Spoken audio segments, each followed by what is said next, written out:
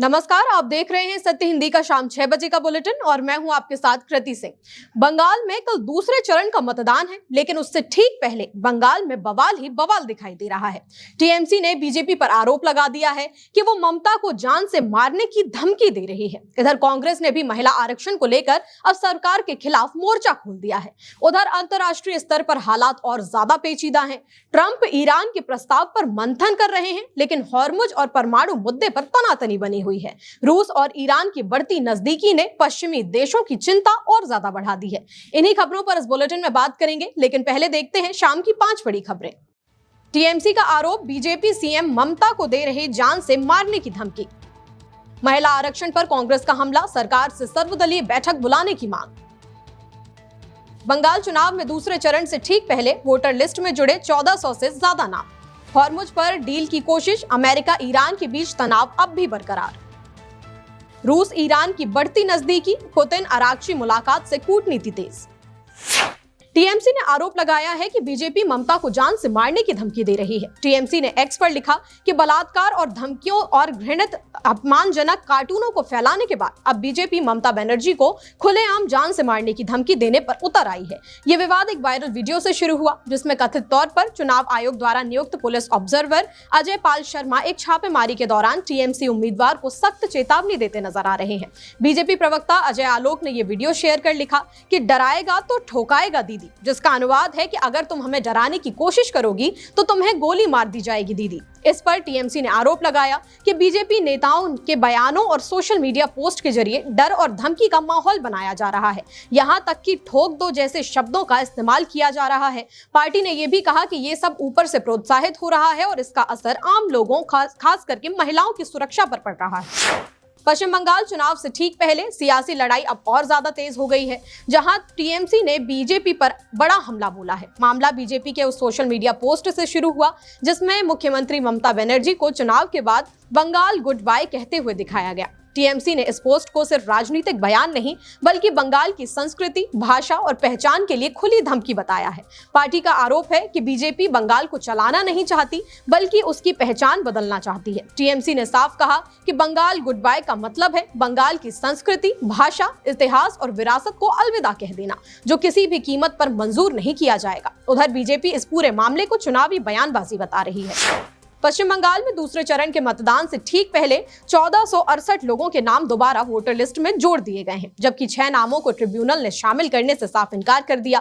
अब दूसरे चरण के लिए कुल मतदाताओं की संख्या करीब 3 करोड़ 22 लाख हो गई है और 142 विधानसभा सीटों पर वोटिंग होनी है। दिलचस्प बात यह है कि इससे पहले 27 लाख से ज्यादा नाम गड़बड़ी के कारण हटाने की प्रक्रिया शुरू हुई थी और पूरे अभियान में करीब 91 लाख नाम लिस्ट से हटाए जा चुके हैं। मामला सुप्रीम कोर्ट तक पहुंचा, जहां कोर्ट ने अपने विशेष अधिकार का इस्तेमाल करते हुए आदेश दिया कि जिन नामों को ट्रिब्यूनल मंजूरी दे दे, उन्हें वोटिंग से ठीक पहले भी लिस्ट में शामिल किया जा सकता है। इसी आदेश के बाद चुनाव आयोग ने नई सप्लीमेंट्री लिस्ट जारी की है। हालांकि अब भी पूरा डेटा साफ नहीं है, इसलिए वोटर्स को अपनी स्थिति जानने के लिए अलग-अलग लिस्ट या वेबसाइट पर जाकर चेक करना पड़ रहा है और उन्हें बहुत परेशानी हो रही है।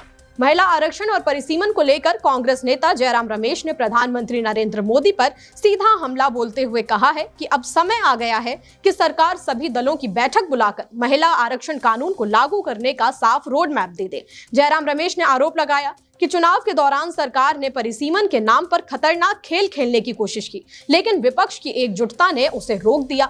उन्होंने कहा कि 2023 का नारी शक्ति वंदन अधिनियम लागू करना जरूरी है और इसे 2029 से मौजूदा लोकसभा की ताकत के साथ ही लागू किया जा सकता है। कांग्रेस नेता ने यह भी दावा किया कि संसद के विशेष सत्र में महिलाओं का मुद्दा असली एजेंडा नहीं था, बल्कि सरकार अपनी राजनीतिक सुरक्षा के लिए परिसीमन को आगे बढ़ाना चाहती थी। जयराम रमेश ने कहा कि अब प्रधानमंत्री को महिलाओं के नाम पर की गई राजनीति का प्रायश्चित करना चाहिए और उन्हें न्याय देना चाहिए। केजरीवाल के बाद अब मनीष सिसोदिया ने भी दिल्ली हाईकोर्ट में पेश होने से साफ साफ मना कर दिया है। सिसोदिया ने जस्टिस स्वर्णकांता शर्मा को चिट्ठी लिखकर कहा है कि आबकारी नीति मामले में अब उनकी तरफ से कोई वकील भी पेश नहीं होगा। उन्होंने साफ कहा कि मौजूदा हालात में उनकी अंतरात्मा उन्हें इस कोर्ट में आगे की कार्यवाही में शामिल होने की इजाजत नहीं देती। सिसोदिया ने यह भी कहा कि ये किसी व्यक्ति का मामला नहीं बल्कि न्याय व्यवस्था पर भरोसे का सवाल है और न्याय सिर्फ निष्पक्ष होना ही नहीं बल्कि दिखना भी चाहिए।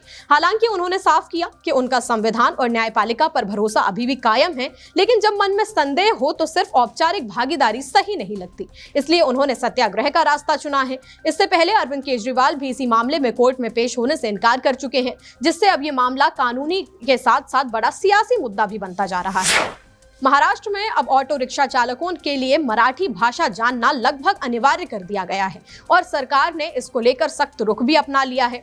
परिवहन मंत्री प्रताप सारनाइक ने साफ साफ कहा कि 1 मई से पूरे राज्य में वेरिफिकेशन अभियान शुरू होगा, जिसमें ड्राइवरों के लाइसेंस और दस्तावेजों की जांच की जाएगी और जरा सी भी गड़बड़ी मिलने पर तुरंत कार्रवाई होगी। हालांकि सरकार ने राहत देते हुए 1 मई से 15 अगस्त तक का समय दिया है, जिसमें आरटीओ और अन्य संस्थाओं के जरिए ड्राइवरों को मराठी सिखाई जाएगी, लेकिन चेतावनी भी साफ है कि अगर समय सीमा के बाद नियमों का उल्लंघन हुआ तो सख्त कदम भी उठाए जाएंगे। इस मुद्दे पर तो विपक्ष भी सरकार के फैसले का समर्थन कर रहा है। शिवसेना यूबीटी के सांसद संजय राउत ने सरकार का समर्थन करते हुए कहा कि जैसे दूसरे राज्यों में स्थानीय भाषा जरूरी होती है, वैसे ही महाराष्ट्र में मराठी जरूरी होना गलत नहीं है। उन्होंने कहा कि ये फैसला ड्राइवरों के ही भले के लिए है और स्थानीय लोगों से बेहतर जुड़ाव के लिए भाषा जानना बहुत जरूरी है।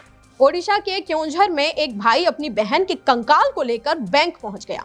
ये हैरान कर देने वाला वीडियो सोशल मीडिया पर खूब वायरल हो रहा है। वीडियो में एक भाई अपनी मरी हुई बहन का कंकाल लेकर बैंक पहुंच गया और वहां अफरा तफरी मच गई। मामला तब शुरू हुआ जब आदिवासी जीतू मुंडा अपनी बहन कालरा मुंडा के खाते से करीब 20,000 रुपए निकालने के लिए बार बार बैंक के चक्कर काट रहे थे, लेकिन हर बार उन्हें खाता धारक को लाने के लिए कहा जाता रहा।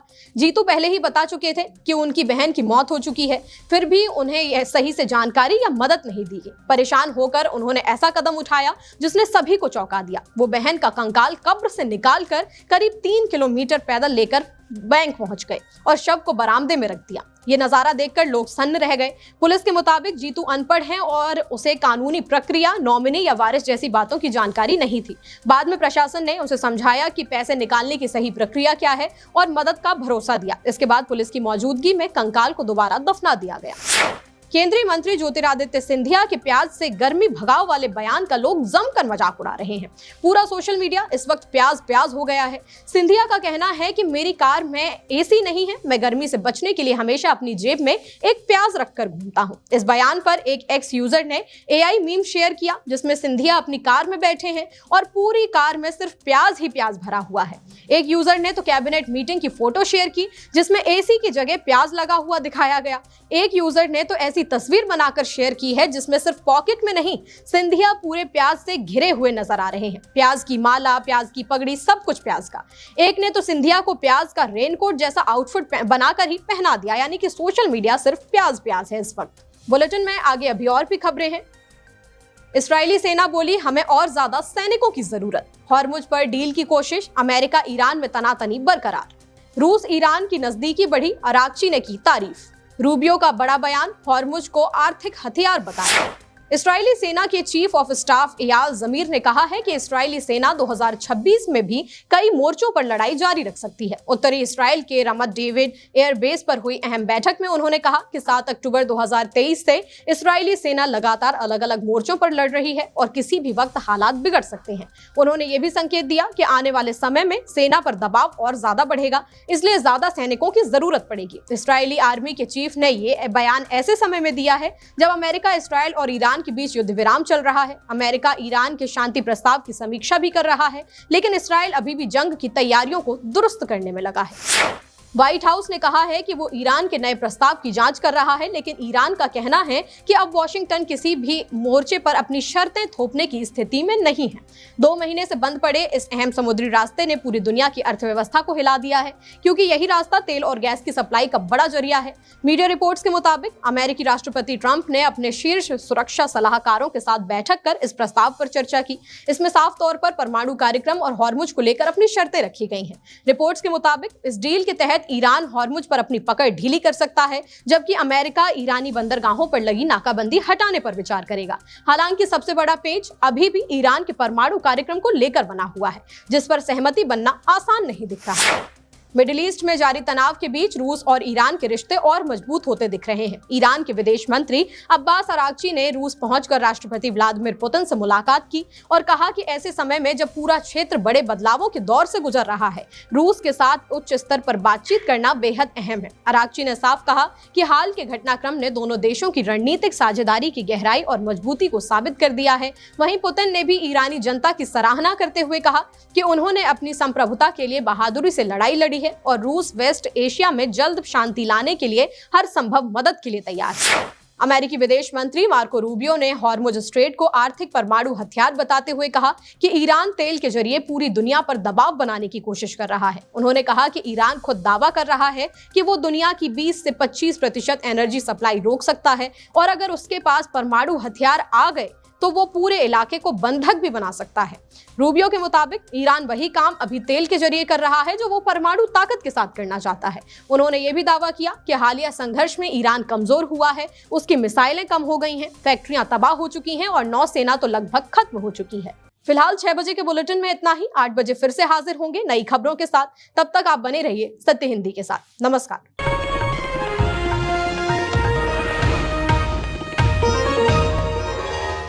Copyright disclaimer under Section 107 of the Copyright Act 1976. Allowance is made for fair use for purposes such as criticism, comment, news reporting, scholarship, and research.